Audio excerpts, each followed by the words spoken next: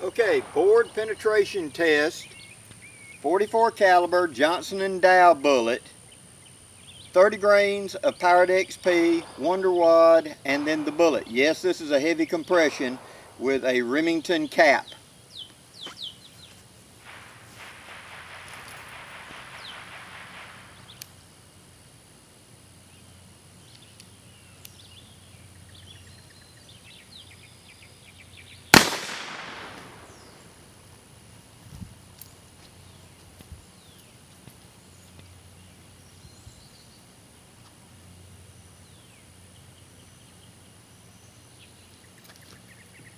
One, two, three, 4, 5, 6, 7, 8.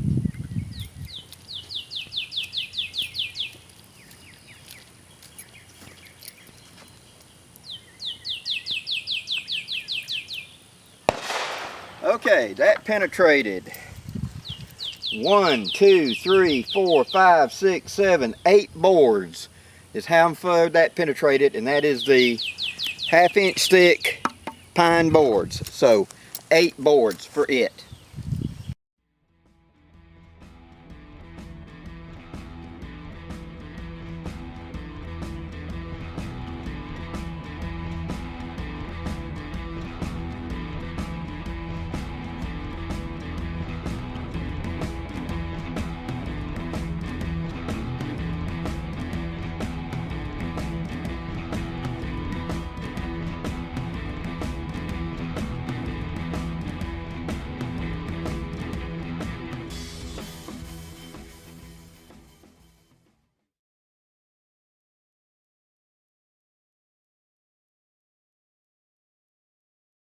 Hi guys, it's Blackie for Shaman's Forge Woodcraft. Okay, the long promised, much anticipated testing of the Johnson & Dow bullet and the percussion revolver.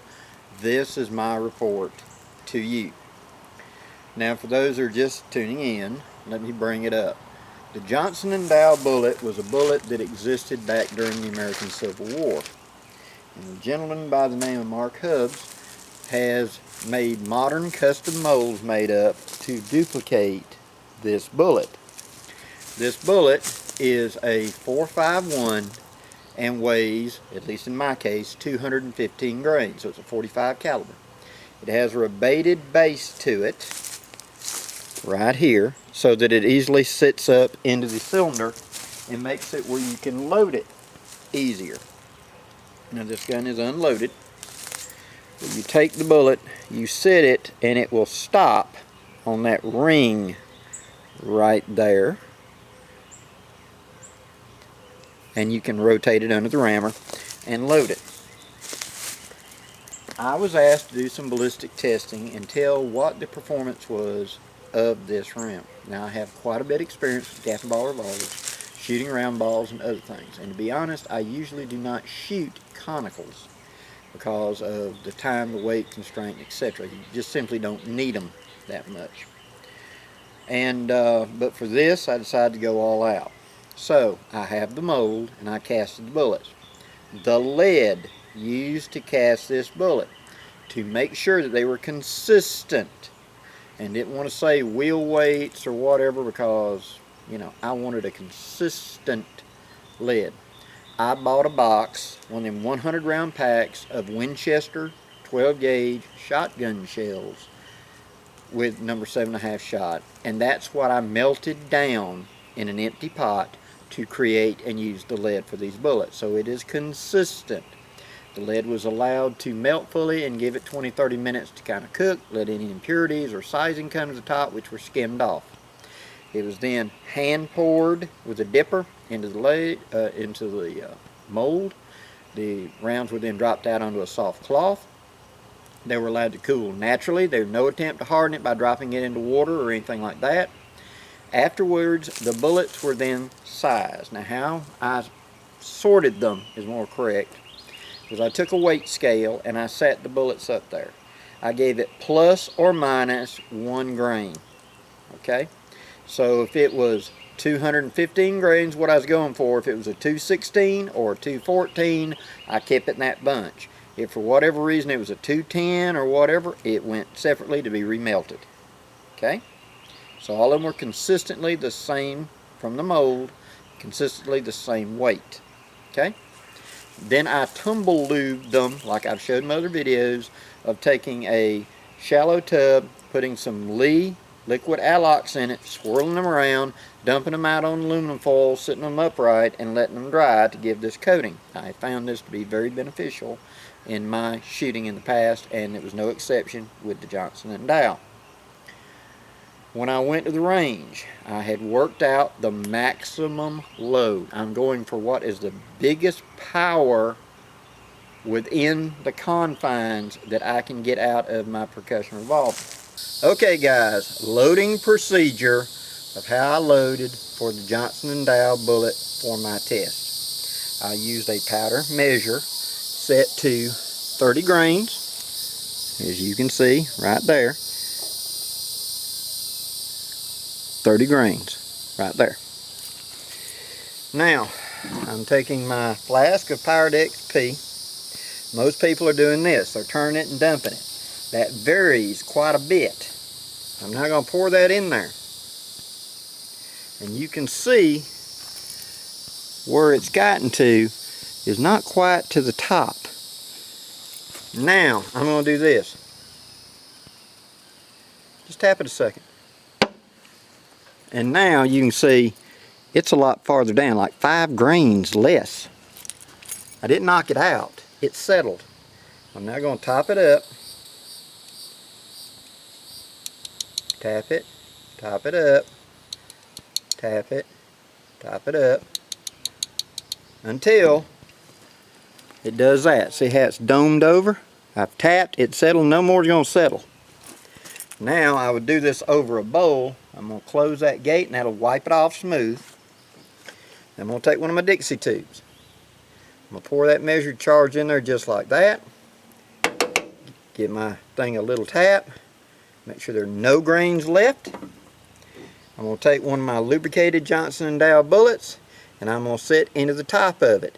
The gun has been wiped down. The barrel has had a patch run through it, and then a patch coated in bore butter has gone, so it's a wet bore. Okay? Gun is put to half cock. Free spin. I'm going to use the same 5 cylinders every time. I've got one that's got a different colored nipple in it, and I use that as my kind of chase. So it's 1, 2, 3, 4, 5, not using it. Okay? I'm going to take my pre-measured. I'm going to squeeze it and pull out the bullet. I'm now going to pour my powder charge into the cylinder, making sure all of it went. I now take my knuckle and give a few taps to settle it. Now I take my Wonder Wad, I start it in, rotate it under the rammer, I set it all the way to the bottom. Don't worry, the length of this they will touch, there will be no airspace. I come back, I set it into that lip, just like that. I take my thumb and I pop it around and we'll center it up underneath the rammer. And I'm going to put it against my ribs and I'm going to ram it home. Just like this. Through trial and error and multiple shots, well over 100 shots of testing, I determined that 30 grains of Powered XP with a standard oxyoke Wonder Wad and then the Johnson & Dow bullet put on top would be the load to be used. Next, in every shooting string, the gun started with a fouled chamber. I shot 5 out of it just to get the gun dirty. Okay? At the beginning of every string, I took a rag and wiped the front of the face of it. I ran a patch up and down, and then I ran a patch of fresh bore butter up and down the barrel. Okay? My sighting was from a rest with a trigger guard rest, which means the barrel is not supported. It is simply like this, where I had a device that they set the trigger guard on and aimed down it. The groups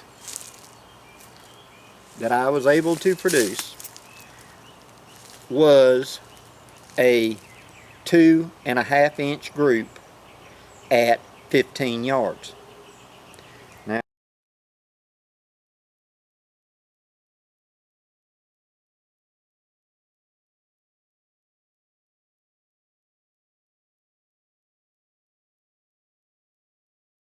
my setup was my target at 15 yards. I will be shooting at the same exact target over and over. Since I shot to the left, I could use exactly the same aim point. It wasn't being wallered away. My chronograph was set up at 10 yards so that the round went through the chronograph and hit the target. So I am recording velocity and I am recording group out of it at the same time. Okay, I shot 25 rounds, 5 sets of 5, and then I averaged that to come up with these velocity numbers and power numbers.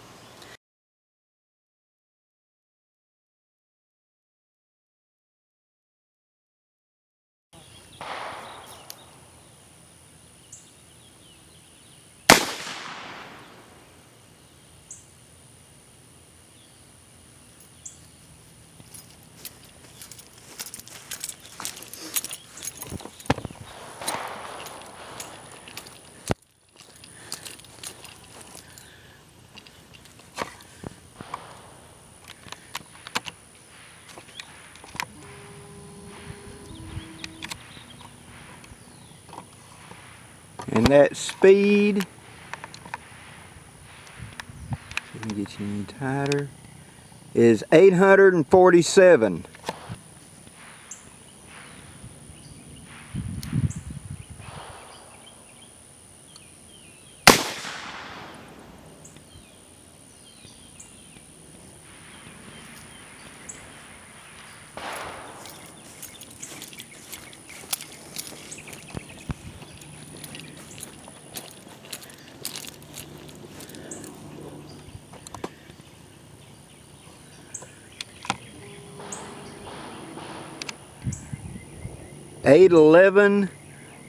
My group size, as I said, was 2¼ inches, about the size of a Coke can bottom. Now, the biggie that everybody's wanting to know. What was the numbers of the chronograph and the gun? Okay, let me get up here to the board and I'm going to lay that out for you. Okay, here are the numbers for the Johnson & Dow bullet out of my gun. The average of 25 shots across the chronograph was, it is a 4.51 by 215 grains, traveling on my average 820 feet per second. That 820 was actually the rounded up because it came to 819.8, I think it was, so I just rounded it up to 820 feet per second. And that gave a number of 321 foot-pounds of energy. I can already hear them screaming out there right now. Now, in comparison, in what family should this fall from my earlier video? Do I have a family that is roughly the same diameter bullet, roughly the same weight, roughly the same speed? Yes, and that is 45 ACP.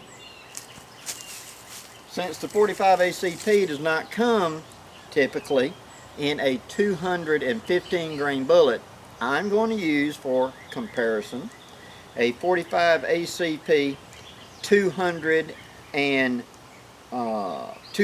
grain bullet, which there is a lot of loading information on. Okay?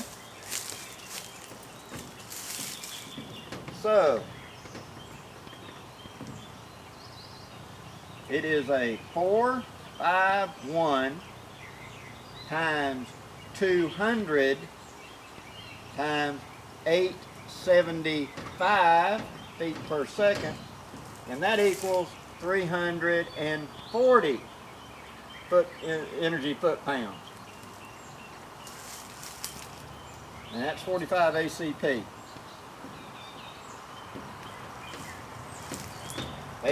The 45 Colt load that I could find that is listed, that would be somewhere, is a little heavier, 451 to 20 grain at 800 feet per second, and it generated a 313 foot-pound of energy.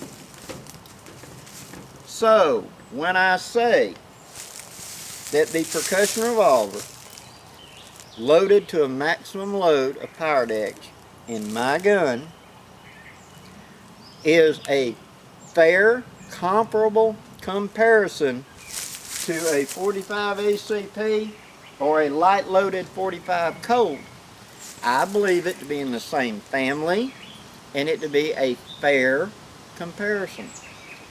The size of the bullet's the same. They're both 18-wheelers. The speed is within reason of each other. The weight is within reason of each other. So it'd be a fair comparison with that final score to say that in the 45 Colt, in the 220 grain target load, the cap and ball Johnson Dow is more powerful because it's 321. In the 45 ACP, which is a 200 grain moving faster, it's slightly less, but it's in the ballpark. Okay? What would this Johnson & Dow bullet be useful for when I'm trying to shoot something fairly big? Yes, this is a very heavy load. This would be the heaviest load I would ever want to try to generate. It's a lot of thump on it. So this is all you could put. I've actually been able to, I can put 35 grains in to underneath that ball. If I leave out the Wonder Wad, I can nearly get 40. But it is you are compressing, compacting it to maximum. It gives you no more velocity.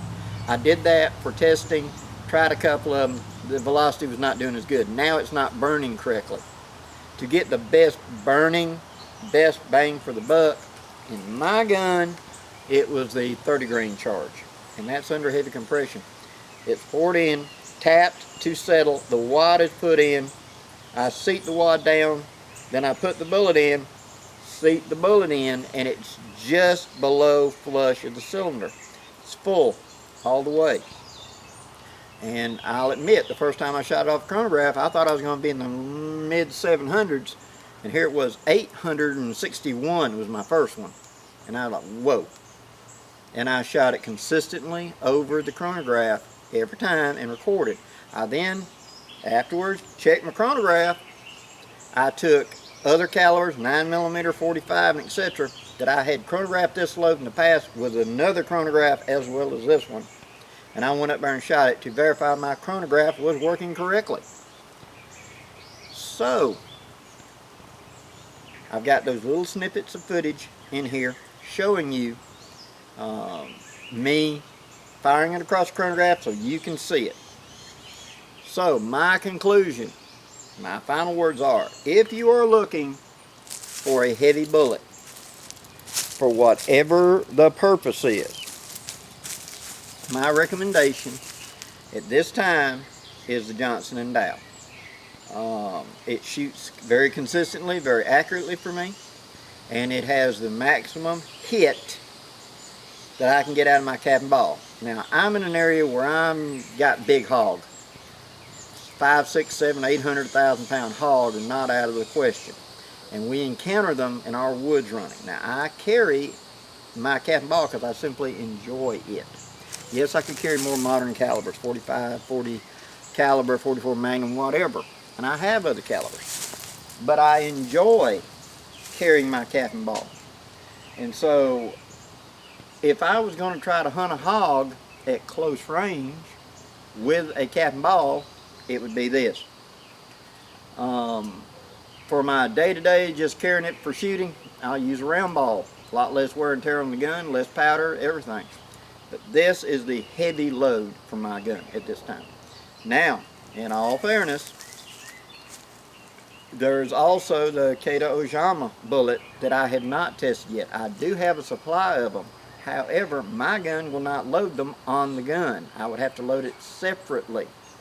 And I'm rigging up a device right now so I can load the cylinder off the gun. I will do that for testing purposes, to give you information back on it, because a lot of guys really like those and they seem to perform very well. So I will give you some testing on it in the near future. The question is it worth it for me to modify my gun when the Johnson & Dow is already doing it? Time will tell. Hope this gives you some ideas, guys. Please leave any questions or comments below. And in the description box, I'm going to leave information for a place. I believe it's called Ballistic 101.